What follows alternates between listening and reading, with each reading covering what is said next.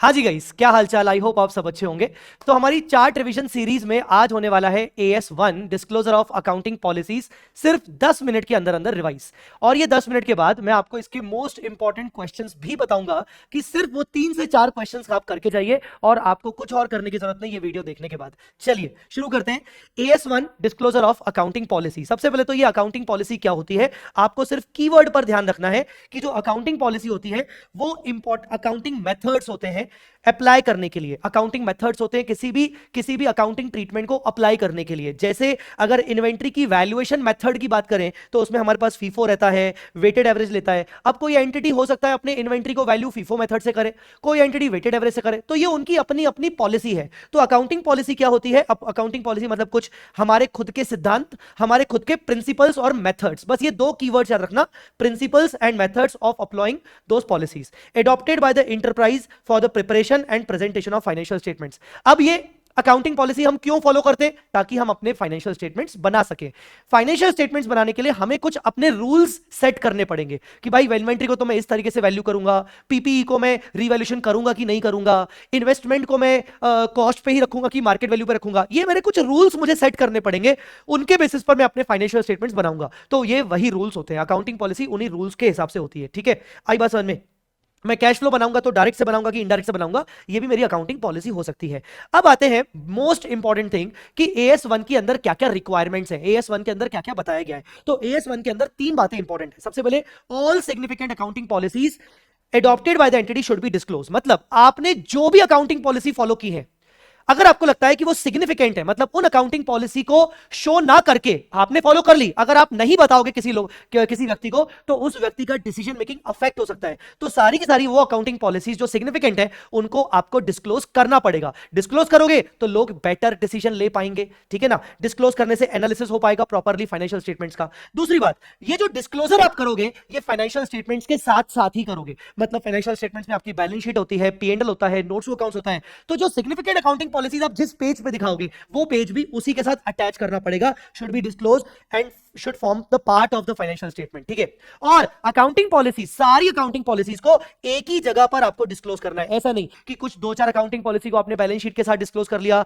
2-4 को P&L के साथ डिस्क्लोज कर दिया। आपको ये नहीं करना है। अगर अदरवाइज ये करोगे तो लोगों को बहुत ज्यादा कंफ्यूजन होगा, लोग अच्छे से आपके फाइनेंशियल स्टेटमेंट्स को एनालाइज नहीं कर पाएंगे। चलिए, तो ये हो गई इंपॉर्टेंट रिक्वायरमेंट ऑफ AS1, सारे अकाउंटिंग पॉलिसीज को डिस्क्लोज करो as a part of the financial statements at one place. अब बात करते हैं, एएस कहता है कि हालांकि ये 3 अकाउंटिंग पॉलिसीज अगर आप फॉलो कर रहे हो तो डिस्क्लोज करने की जरूरत नहीं है, बिकॉज इन तीनों को कहा जाता है फंडामेंटल अकाउंटिंग असम्पशंस।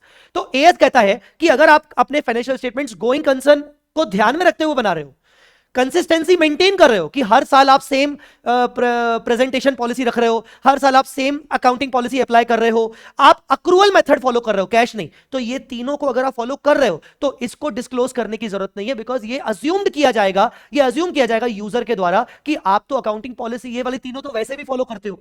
पर अगर आप इन तीनों में से किसी भी एक को फॉलो नहीं कर रहे हो या तीनों की तीनों फॉलो नहीं कर रहे हो, फिर ऐसे केस में आपको डिस्क्लोजर देना पड़ेगा। गोइंग कंसर्न का मतलब होता है कि आपका बिजनेस चलता रहेगा फोर्सेबल फ्यूचर तक। ये मानते हुए जब आप अपने फाइनेंशियल स्टेटमेंट्स बनाएंगे तो डेफिनेटली असेट्स एंड लायबिलिटीज को प्रॉपर्ली एएस के अकॉर्डिंग दिखाएंगे। ठीक है, कंसिस्टेंसी का मतलब होता है कि हर साल आप सेम अकाउंटिंग पॉलिसी फॉलो कर रहे हो, सेम प्रेजेंटेशन मेथड फॉलो कर रहे हो। अक्रूवल मतलब आप कैश बेसिस फॉलो नहीं कर रहे हो। ठीक है, अगर आपने इनको किसी को फॉलो नहीं किया है तो आपको बताना पड़ेगा कि आपने फंडामेंटल अकाउंटिंग असम्पशंस फॉलो नहीं किए और क्यों नहीं किए। फैक्ट आपको डिस्क्लोज करना पड़ेगा। अगर आप फॉलो कर रहे हो तो आपको कुछ डिस्क्लोज करने की जरूरत नहीं है। चलिए, ये हो गया आपका फंडामेंटल अकाउंटिंग असम्पशन। अब बात करते हैं सिलेक्शन ऑफ अकाउंटिंग पॉलिसी। अब AS1 ये कहता है कि अकाउंटिंग पॉलिसी तुम अपने हिसाब से चूज करो। मैं तुम्हें नहीं बताऊंगा कि इन्वेंट्री वैल्यूएशन मेथड में तुम्हें अकाउंटिंग पॉलिसी क्या चूज करनी चाहिए। हाँ, ऑफ कोर्स ये AS2 तुम्हें बताएगा, AS2 को रिकमेंड करेगा, AS3 तुम्हें अपनी तरफ से बताएगा कि 2 मेथड्स होते हैं, अब तुम देखो। AS10 ये बताएगा कि पीपी को तुम कॉस्ट मॉडल भी कर सकते हो, रिवॉल्यूशन मॉडल भी कर सकते हो। अब तुम ये देखो कि तुम्हें कौन सा करना है। तो हर एक अकाउंटिंग स्टैंडर्ड तुम्हें रिस्पेक्टिव ट्रांजैक्शन के लिए, respective asset liability income expense के लिए तुम्हें ऑप्शंस दे रहा है। ठीक है ना। और कहीं कहीं हो सकता है ऑप्शन नहीं भी दे रहा है, एक ही फॉलो करने को बोल रहा है, पर तुम्हें डिसाइड करना है कि तुम्हें तुम्हारे हिसाब से अकाउंटिंग पॉलिसी कौन सी चूज करनी चाहिए। तो अब तुम कैसे चूज करोगे? किसी भी अकाउंटिंग पॉलिसी को चूज करने के लिए तुम्हें अपने बिजनेस के अंदर ये तीन चीजें फुलफिल करवानी है। किसी भी अकाउंटिंग पॉलिसी को चूज करने के लिए ताकि तुम सही फाइनेंशियल स्टेटमेंट्स बना सको, तुम्हें अपने बिजनेस के अंदर ये तीन चीजें देखनी है। कौन सी? पहला, सब्सटेंस ओवर लीगल फॉर्म। मेरे प्यारे बच्चों, आपको सबको पता है, जो जो बच्चा मुझसे पढ़ चुका है रजिस्टर्ड बैच में, उसको पता है सब्सटेंस ओवर लीगल फॉर्म का मतलब क्या होता है, हमने इसको किस तरीके से बोला है। अगर आपको पता है तो मुझे कमेंट में जरूर बताना। कमेंट में आप मुझे बताना कि हम सब्सटेंस ओवर लीगल फॉर्म के ऊपर हमने कौन सा वो एक गाना बनाया था। तो सब्सटेंस का मतलब होता है सच्चाई और लीगल फॉर्म का मतलब होता है एक्चुअल लीगल डॉक्यूमेंट। तो किसी भी ट्रांजैक्शन को रिकॉर्ड करते वक्त आपको सच्चाई को इंपॉर्टेंस देनी है, ना कि आपको लीगलिटी को। अगर सच्चाई कुछ और कहती है और लीगलिटी कुछ और कहती है तो आपको सच्चाई की तरफ जाना है। फॉर एग्जांपल, आप अगर मान लो कोई एसेट लीज पर लेके आए हो और वो एसेट की यूजफुल लाइफ 10 साल है और आप 9 साल के लिए लीज पर लेके आए हो, 9 साल के बाद आप वो एसेट वापस कर दोगे और एसेट आपके नाम पे नहीं है, तो लीगलिटी तो ये कहती है कि आप उस एसेट के ओनर नहीं हो, आपको एसेट रिकॉर्ड नहीं करनी चाहिए। पर सच्चाई ये कहती है कि 10 में से 9 साल तो आप ही यूज कर रहे हो, अल्टीमेटली बेनिफिशियल ओनर तो आप ही हो। तो लीगलिटी से क्या मतलब है? और इसी वजह से AS 19 के अकॉर्डिंग हम फाइनेंस लीज में असेट को खुद रिकॉर्ड करते हैं, लेसी रिकॉर्ड करता है। तो किसी भी ट्रांजैक्शन की अकाउंटिंग पॉलिसी चूज करते वक्त उस ट्रांजैक्शन की लीगलिटी पर मत ध्यान देना, सच्चाई ध्यान देना और सच्चाई के हिसाब से पॉलिसी डिसाइड करना। ठीक है ना। इससे तुम अपने फाइनेंशियल स्टेटमेंट्स को ट्रू एंड फेयर व्यू दिखा सकोगे। दूसरा, मटेरियलिटी। यस, मटेरियलिटी क्या होती है? मटेरियलिटी मतलब किसी भी ट्रांजैक्शन की अकाउंटिंग पॉलिसी डिसाइड करते वक्त ये देख लेना कि उस ट्रांजैक्शन का वैल्यू मटेरियल है कि नहीं। मटेरियल मतलब इंपॉर्टेंट है कि नहीं, क्या वो यूजर के डिसीजन मेकिंग को अफेक्ट कर सकता है क्या? अगर वो यूजर के डिसीजन मेकिंग को अफेक्ट नहीं कर सकता है, चाहे तुम पॉलिसी कोई भी करो, तो उससे कोई मतलब नहीं है। तो मटेरियलिटी मतलब select the accounting policy based on material facts. आप अकाउंटिंग पॉलिसी उस ट्रांजैक्शन की सिलेक्ट करोगे इंपॉर्टेंट फैक्ट्स के अकॉर्डिंग, इमटेरियल चीजों के हिसाब से आप पॉलिसी मत डिसाइड करना। कभी कभार होता है ना, हम कोई भी अपनी लाइफ में डिसीजन लेते हैं, तो डिसीजन लेते वक्त हम 4-5 की पॉइंट्स इकट्ठे करते हैं, तो उसमें से एक आध पॉइंट तो ऐसा होता है कि नहीं यार ये मटेरियल नहीं है, इसके बेसिस पर मैं डिसीजन नहीं ले सकता, बाकी पॉइंट्स मटेरियल है। तो वैसा ही कुछ है कि आपको मटेरियलिटी, मटेरियल फैक्ट्स के हिसाब से अकाउंटिंग पॉलिसी डिसाइड करनी है। Last is prudence. प्रूडेंस मतलब कंजर्वेटिज्म अप्रोच। जब भी अकाउंटिंग पॉलिसी अब कोई भी चूज करो तो ये ध्यान रखना कि गलती से आपसे वो अकाउंटिंग पॉलिसी चूज ना हो जाए जिसमें आप फ्यूचर में होने वाले लॉसेस को पहले से ही बुक कर रहे हो। फ्यूचर में होने वाले लॉसेस को अगर आप पहले से ही बुक कर रहे हो तो ये ना हो जाए आपसे गलती से, बस ये इस चीज का ध्यान रखना। हां, अगर फ्यूचर में होने वाले लॉसेस को पहले से ही बुक कर रहे हो तो अच्छा है, पर अगर फ्यूचर में होने वाले प्रॉफिट्स को अगर आप पहले से ही बुक कर रहे हो तो ये अकाउंटिंग पॉलिसी थोड़ी सी गलत है। मैं ये नहीं कह रहा हूं कि फ्यूचर में होने वाले प्रॉफिट्स को बुक नहीं करना चाहिए। कई बार मैंने ही खुद एएस के अंदर आपको पढ़ाया है कि प्रूडेंस का घंटा बार बार नहीं बजाते, बट जनरल रूल यह कहता है कि फ्यूचर में होने वाले प्रॉफिट्स को तब तक बुक नहीं करना चाहिए जब तक हमारे पास श्योरिटी ना हो जाए, सर्टेनिटी ना हो जाए, तब तक आप प्रॉफिट्स को बुक नहीं कर सकते। तो बस अकाउंटिंग पॉलिसी में भी आपको यही ख्याल रखना है। तो 3 बातें हैं, substance over legal form, materiality and prudence. MCQ के लिए बहुत जरूरी पॉइंट है। नेक्स्ट चलते हैं, चेंजेस इन अकाउंटिंग पॉलिसी। अगर आप अपनी अकाउंटिंग पॉलिसी में चेंज करते हो, हालांकि आपको कंसिस्टेंसी मेंटेन करनी है पर कोई बात नहीं, अगर आप अपनी अकाउंटिंग पॉलिसी में चेंज करते हो तो क्या चेंज किया जा सकता है? यस, चेंज करना पॉसिबल है अगर 3 में से कोई भी एक कंडीशन फुलफिल होती है। आप अपनी अकाउंटिंग पॉलिसी चेंज कर, आप अकाउंटिंग पॉलिसी जो चेंज कर रहे हो वो किसी अकाउंटिंग स्टैंडर्ड के कहने पे कर रहे हो। ठीक है, जैसे AS2 कहता है वैल्यूएशन मेथड कॉस्ट और NRV which ever is lower. अब मैं पहले ये नहीं करता था, अब मैं AS2 को फॉलो करना है मुझे, इसलिए मैं अपनी अकाउंटिंग पॉलिसी चेंज कर रहा हूं, तो चलेगा। तो अगर अपनी अकाउंटिंग पॉलिसी को आप AS के कंप्लायंस के हिसाब से ले रहे हो तो कोई दिक्कत नहीं है, चेंज करो। अगर आप अपनी अकाउंटिंग पॉलिसी को चेंज कर रहे हो बेसिकली लॉ की रिक्वायरमेंट को फुलफिल करने के लिए, लॉ की मतलब स्टैच्यू की रिक्वायरमेंट को फुलफिल करने के लिए अगर आप अपनी अकाउंटिंग पॉलिसी चेंज कर रहे हो तो भी सेम एएस की तरह आप चेंज कर सकते हो। तीसरा, आप अकाउंटिंग पॉलिसी चेंज कर रहे हो बिकॉज आपको ऐसा लग रहा है कि चेंज करने के बाद अप्रोप्रिएट प्रेजेंटेशन होगा फाइनेंशियल स्टेटमेंट्स का, बेटर क्लैरिटी आएगी, बेटर क्लैरिटी बेटर आएगी, ट्रू एंड फेयर व्यू ज्यादा इसका इंक्रीज होगा, increase in true and fair view, increase in true and fair view.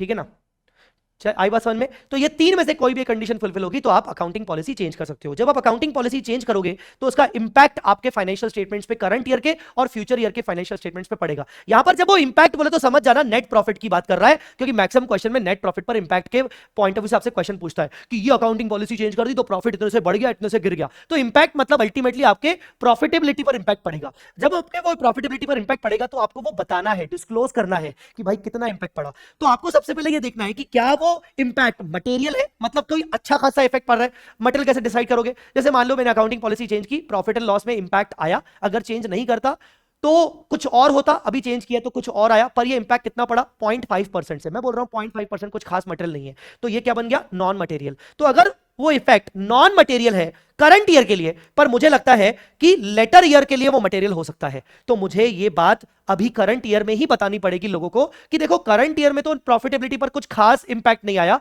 But we are expecting कि फ्यूचर में इसका इंपैक्ट आएगा, तो ऐसा फैक्ट आपको बताना है, ठीक है ना। अगर करंट पीरियड में ही उसका इंपैक्ट मटेरियल है तो आप उसका अमाउंट निकाल के बताओगे कि कितने अमाउंट से आपकी प्रॉफिटेबिलिटी पर फर्क पड़ा है या कितने परसेंटेज में पड़ा है। अगर आप वो कर सकते हो तो, अगर आप वो नहीं कर सकते हो तो एटलीस्ट ये फैक्ट बता दो अलॉन्ग विद द रीजन कि भाई मटेरियल इंपैक्ट तो है पर कितने से इंपैक्ट पड़ेगा ये हम बताने में असक्षम है, और because of so and so reasons. तो these were the changes in accounting policy वाले पॉइंट। सो बस इतना ही था छोटा सा accounting standard AS1 disclosure of accounting policy, आपको एग्जाम में बहुत हेल्प करेगा, MCQ के लिए ये बहुत इंपॉर्टेंट स्टैंडर्ड है।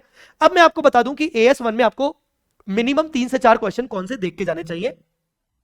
मेरा पर्सनली मानना है कि अगर आपके पास मेरी क्वेश्चन बैंक है, जो कि मोस्ट इंपॉर्टेंट क्वेश्चन बैंक है, क्वेश्चन बैंक में मैंने सब कुछ कवर किया है, आरटीपी हो, एमटीपी हो, पास एग्जाम पेपर्स हो वगैरह, तो आप इसमें क्वेश्चन नंबर 2 जरूर करके जाना, जगन्नाथ लिमिटेड वाला, ठीक है, और क्वेश्चन नंबर 4 जरूर करके जाना, ABC limited was making a provision of non moving inventory वाला, इसके साथ इसमें कुछ ट्रू एंड फॉल्स भी आ रहे हैं।